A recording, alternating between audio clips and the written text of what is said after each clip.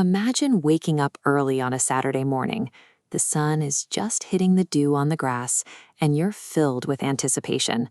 You're armed with hours of YouTube swing analysis, and today is the day you are finally going to break through your scoring plateau. Then, by the sixth hole, reality sets in. You step up to the tee box and try to muscle a 280-yard drive with absolutely everything you have.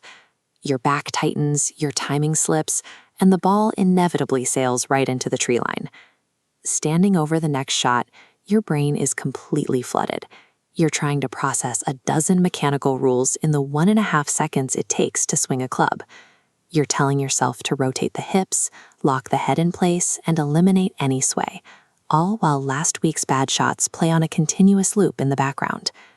When you stack that relentless mental obsession on top of maximum physical exertion, the sport stops being a hobby. You're putting in the grinding, stressful hours of a second job, but your scorecard isn't changing. For years, I operated under a very specific assumption. Reaching scratch golf required swinging harder, generating more speed, and making my mechanics look flawless on slow-motion video. This chart shows exactly what happens when you follow that assumption. We are plotting physical effort against scoring improvement. As the physical effort goes up toward maximum capacity, the improvement line flatlines completely. I was stuck on that flat line until a professional coach watched my frantic searching and told me to stop. I was trying to monitor 10 different moving parts when I only had one real problem to solve. When a complex system breaks down, pouring more energy into it usually accelerates the failure. To fix the system, you have to strip away the excess effort and isolate the single structural flaw underneath. The pro coach introduced a subtractive plan. The goal was to clear out the mental noise and focus entirely on the smallest possible mechanism of the golf swing. The first step is the 80% rule.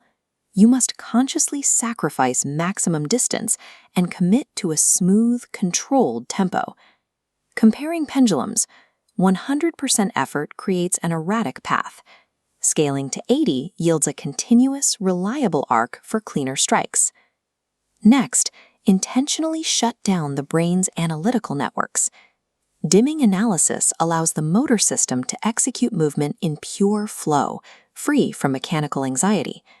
You simply cannot generate fluid physical power if your mind doesn't have the cognitive space to manage the movement. To actually build that fluid movement, you need to change your environment. Next time you practice, skip the giant bucket of balls, the deceptive artificial mats, and walk to the real grass. Grab a pitching wedge, stand 1.5 yards from the green, and commit to hitting a focused, purposeful 10-yard chip. This anatomical model shows what happens during that tiny movement. Without full-body chaos, you learn to engage the core muscle groups required for perfect rotation. Zooming in on impact, this isolated rotation translates into the exact geometric angle needed for perfect ball compression. It comes down to a basic rule of engineering.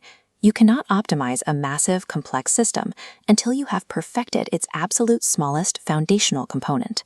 This is the concept of the fractal swing. That 10-yard chip acts as the genetic code for every single shot in your bag. Looking at this swing arc data, we see how the physical feeling of rotation and compression learned at 10 yards mathematically scales up. The exact same geometric angles simply expand outward to match the arc of a massive driver swing. Compare that scaled-up precision to the old reality of bottling up stress on every tee box, followed by trying to hack desperate recovery shots out of the deep woods. Instead, your new baseline is absolute confidence. You step up to the ball relying on deeply ingrained, practiced physical data rather than hoping for a lucky guess. You trust the rhythm, watch the ball compress against the face, and see it effortlessly launch straight down the fairway. Achieving capable, low-scoring scratch golf requires abandoning brute force. Once you get out of your own way and let simple, perfected micro-movements drive the system, the rest of the game falls right into place.